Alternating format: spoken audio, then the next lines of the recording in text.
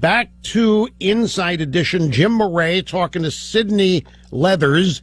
And Murray said, so Carlos Danger texted you, do me a solid. And can you hard delete all our chats here? He asked you to delete everything. Yeah, that was before April. So what did you think he wanted you to do and why? I mean, obviously I knew he wanted me to erase any evidence of our conversations because that was around the time I knew that he was going to run for mayor, so. And did you get the sense that he perceived you and your relationship as a threat? Of course. Did you get a sense that he was having second thoughts or getting cold feet? Not really, which is what's strange about it. I feel like he suspected that this could happen, but he didn't do a lot to protect himself from it. He was making these campaign promises that he had totally changed and he was a better man now and he learned from his mistakes, and I am proof that that is not true. This is a case study.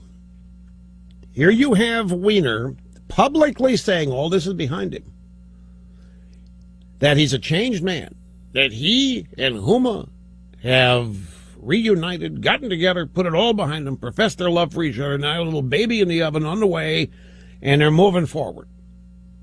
And Weiner even takes it close to the cleaners now, just to show that he's fully committed to the marriage.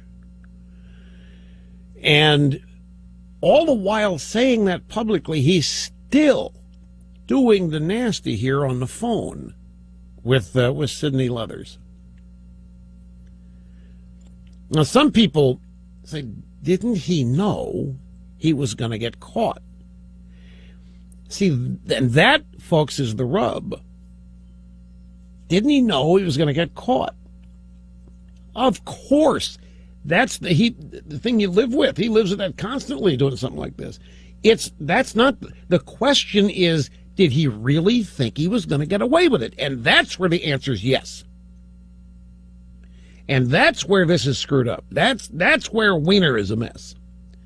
I mean, yeah, doing this stuff's messy, and yeah, engaging all this stuff, it's odd. It's in at least in normal circles would be called perverted. But he still thought he could get away with this.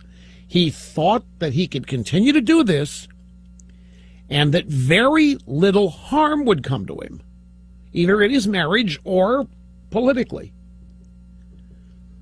Now, I know some of you say, no, Rush, there's something sick. This is a sickness and so forth. Well, there's this simple thing of, Nancy Reagan just say no. Or just a little self-discipline, a little restraint. I'm telling you that there's an arrogance here and a conceit. I guarantee you that Anthony Weiner thinks that he is something special. In his own mind, he's a legend. In his own mind, there's nobody better. In his own mind, he's the greatest of whatever. Now, in real life, Anthony Weiner hasn't done anything. He's authored no legislation. I mean, he claims that he was the author of health care. He hasn't done anything. You know what Anthony Weiner is most known for? Arguing on TV with Fox News Anchorettes and Sean Hannity. That's what he's most known for. The left loves Anthony Weiner because when he would go on TV, he would shout at him and yell at him just exactly like the nameless, faceless, pajama-clad commentators that post comments on these blogs talk. He was saying in public to conservatives what they were writing anonymously. And that's why he was loved. That's why Weiner was thought to be the greatest guy on earth, because he really told those conservatives. And he'd tell Megyn Kelly what for, or whatever Fox anchor he was talking to, particularly if it was a woman. He just treated them with no respect whatsoever and would shout over them and just prevent them from continuing a conversation, asking questions. That's all he ever did. But in his mind, obviously, he's really something special.